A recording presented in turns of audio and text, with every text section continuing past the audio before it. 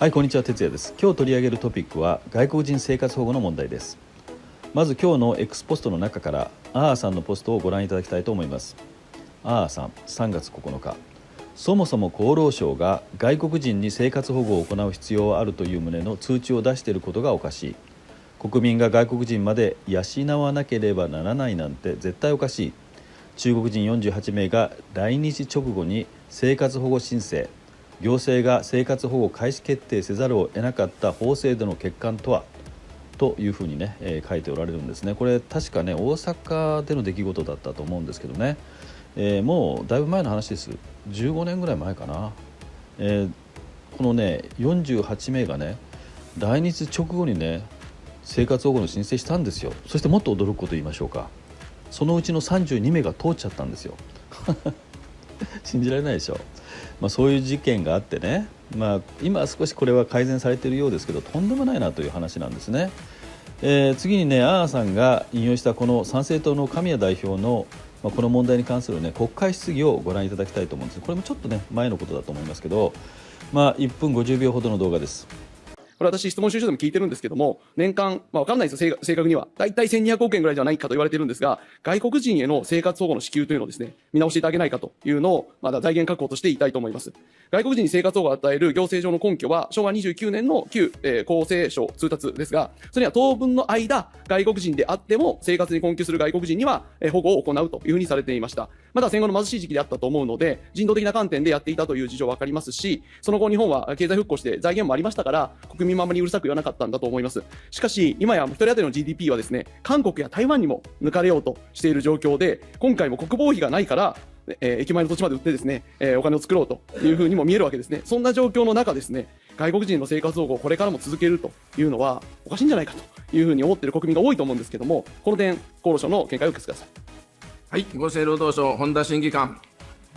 お答え申し上げます。生活に困窮する外国人につきましては、日本人と同様に国内で制限なく活動できる永住者、定住者等の在留資格を有する場合には、行政措置として生活保護の取り扱いに準じた保護を行うこととしております。こうした外国人に対する保護は、人道上の観点から行っているものでございまして、生活に困窮する外国人の方が現に一定程度存在していらっしゃる現状を踏まえますと、外国人の方に対する生活保護を行う必要はあると考えております。神谷宗平君。はい、期間を区切った、給付でしたら、当分の間ということで始めたんでいいかと思うんですけども、ずっとやってますので、これもう一回ですね、ここも見直しが必要なんではないかなというふうに思います。繰り返しになりますけども、財源がないので、行財政改革を抜本的にやるということでしたら、こういったところから見直してですね、すぐに打ち切れということではないですけども、段階的にとかですね、やっていくようなことを検討していただけないかなというふうに思います。はい、いかがでしたか。ちょっとね、この厚労省のね、この答弁も変でしょう、これね。僕はこのようにリポストしました。徹夜3月9日。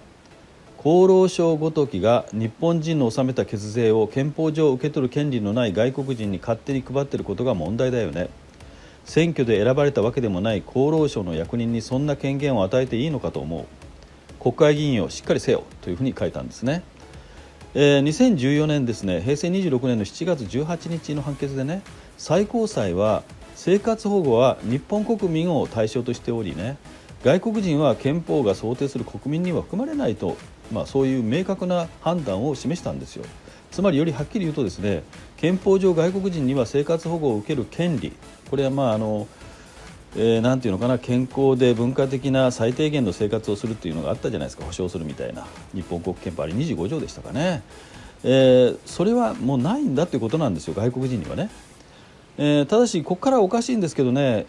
憲法は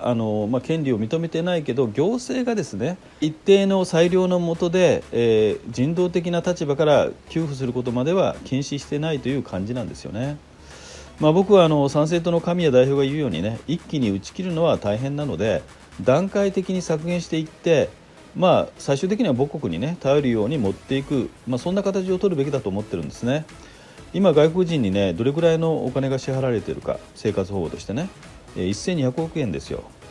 でね、これに医療費が無料ということになってるんですよね。だからね、合計するとね2000億から3000億に達してるんじゃないかと思うんですよ。僕はこの、大金をですね、外国人に給付するのではなくて、できるだけ速やかにストップしてね、その分を日本人に